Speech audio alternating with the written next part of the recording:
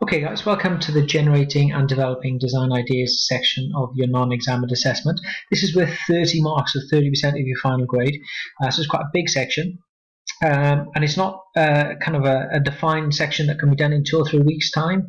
It's a section that continues to grow and evolve as the project grows and evolves. So you won't really finish this section until the final day when you hand in your three-dimensional piece of work, because there's always going to be small changes you're going to make. And of course, those small changes are developments of your design ideas, which is what this section is all about. There's a big chunk that we're going to approach in the next couple of weeks, which is the development of initial ideas. But the development of those ideas through to a final product will continue right up until your hand-in day, like I said. Okay, so you'll recognize this part of the website is where you've accessed the video from. It might look a little bit different by the time you get to it, but this is what it looks like right now. And just here we have the mark scheme, and it describes what's required to access the top marks. And what we're looking for is a range of design strategies and a wide range of ideas that show an iterative design process. And what that means is we want to see lots and lots and lots of ideas and lots of different techniques, which we'll come on to in just a moment. Iterative simply means that there are small incremental changes to a product, so you can test out maybe some shape or form or the ergonomic detailing, and therefore there's small steps towards what the final product might look like. All the design ideas that you come up with need to be tested against the design brief and the specification that you yourself have written, and I'll explain how that will come about as well in the next part of the video. So this is we've been through this in lessons anyway, so you'll understand what the mark scheme is like and what is required for the first part of the response to this part of the project. But in order to support you a little bit and to give you a bit more information, I've put together a few slides in order to help you out. Okay.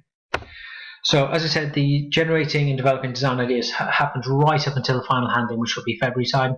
But there is a chunk that needs to be done to begin with, and that's the generating design ideas.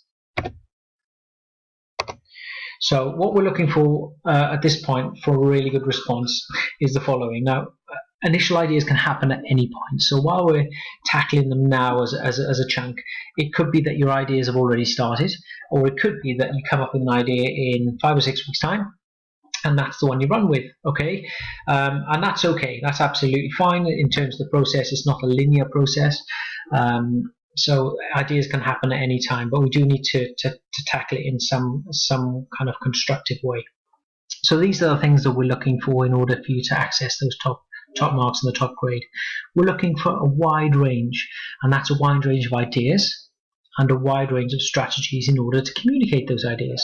So strategies could include things like quick sketches, quick card models, quick CAD development, such as push and pulling SketchUp models. That's absolutely fine. Even printing those out, put them into your sketchbook, and then doing over sketches as development of those. That's an acceptable and lovely approach actually to come up with the design ideas. What we're looking for is an uninhibited approach. Okay, so sometimes students incorrectly believe that they're not very good at sketching. The key thing is that all you're doing at this point is communicating an idea to a third party.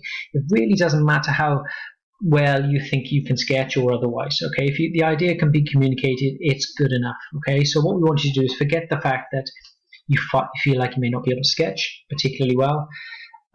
Get rid of that thought from your mind. What we're looking for is the quality of the ideas, and you've heard me speak about the kind of golden nugget of an idea that we might be able to dig out and polish up to become something really fantastic in the end. Now we can't get those ideas in development unless we can see them. Okay, so we want to see an uninhibited approach. Forget the fact that you may be brilliant at sketching, or you might feel like you're not good at sketching. We just want the ideas down on the page. We want an iterative process, and what that means is we want to see ideas gradually develop. So an iterative approach is one where small changes are made one at a time to an idea in order to test them out effectively. We want you to be able to define and redefine your projects. Okay, so once you've come up with an idea, it could be that the first idea that you put down is quite woolly, doesn't really have too much structure because you're not quite sure how it's going to develop. So we want you to redefine the idea until it becomes more definite in terms of its sizing, its proportions, its scale, its form, its colors, its materials. We want you to develop the designs, similar to what I've just been through. So we want you to develop the ideas one small change at a time. And we want you to test and then redesign. Now, testing can be testing against the specification that you've written to make sure you've hit all the points. Testing could be modeling something out in order to test whether it's structurally sound or whether it's stable or sturdy in its approach. And where you find weaknesses in the design, you can then redesign the product. We're looking for you to have some kind of third-party feedback.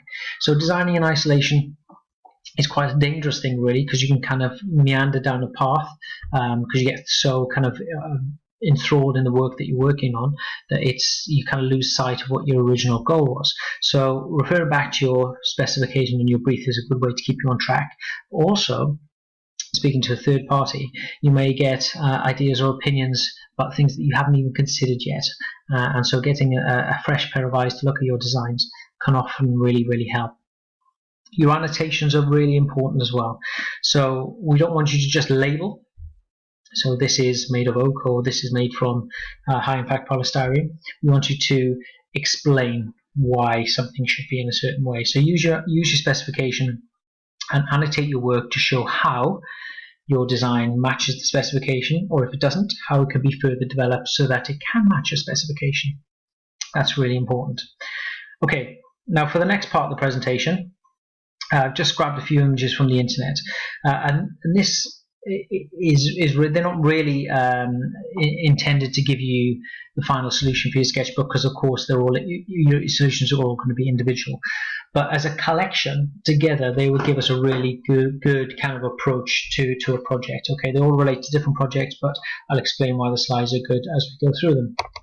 Now, this one is not product design. This is an art project page, I believe.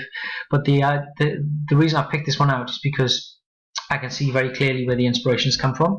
I can see that we've got some development of ideas and development of techniques going on here, and some form of annotation. So it looks like a real quick splurge of ideas. Now, clearly the student can draw well, can sketch well, but it really wouldn't matter if they couldn't. So we've got some different media going on here. It looks like there's some pastels or possibly some watercolors adding in there as well. Or colour pencils, that's absolutely fine. And we've got some black pen on paper. So we've got some layered approach that looks like a really striking page. This one's really quite good. So I've chosen this one because it might reflect some really quick card modelling that might happen for an idea. So I can see the inspiration comes from a ballet dancer. So very elegant, very strong approach. And we can see that we've got some card models that reflect the lines and the curves and the textures that might appear within the ballet dancer or the ballet dancer's outfit. This page here is here for obvious reasons. So we've got some CAD modeling going on, and we've got some quick models. These happen to be timber, but it doesn't have to be timber.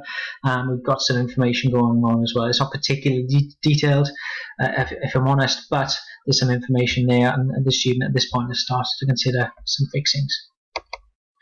This is a really nice approach as well. Some quick sketching on brown paper with blue pen. Some informational forms, a little bit of a development going on here. So we can see an idea. I've got an alternative to the idea just here, and then an exploded or zoomed in view of one part of the design that shows a clear, iterative development towards a solution. Alternative designs going on as well, so that's quite nice. This is obviously slightly more technical in its approach. This might appear a little bit further on in a sketchbook where you've had many iterations to an idea and you finally come up with a solution that looks like it's going to work, and so you're investing a little bit more time now in the presentation of the idea. We've got some three-dimensional views, some technical stuff going on, and some two-dimensional views going on as well. So I can see some really clear thought. A weakness here clearly will be the fact that the ideas aren't explained, and in a sketchbook kind of scenario we want that explained through your annotations. We want to see some sizes on there possibly. These are quite nice as well. So I can see some colour work going on here, some really nice pencil work. Again, some three-dimensional and two-dimensional work going on, some isometrics, and some real care and attention to the rendering in order to give us some kind of idea as to what the final thing might look like. And so this is why I've chosen this one. Some really nice quick designs, some designs that we've invested a little bit more time and energy in the presentation, and some annotations going on as well. Another one here as well. Actually, lovely little drawing, but quite quick, so the students can draw quite well. We've got some annotations going on around the outside, but you can see that whilst it's drawn well, the student hasn't invested a huge amount of time in it. It's just a case of getting the ideas down as quickly as possible. Another lovely page here. This might again appear much further down the sketchbook scenario where an idea has been chosen and you're investing a little bit more time in it. But you can see that there's real kind of thought and attention to detail, really lovely annotations going on around the outside, and this idea is communicated really, really well to a third party. Again, some lovely ideas presented out here. These actually are a sketch by an A-level student rather than GCSE. It gives you a good idea of how to present loads of ideas on one page.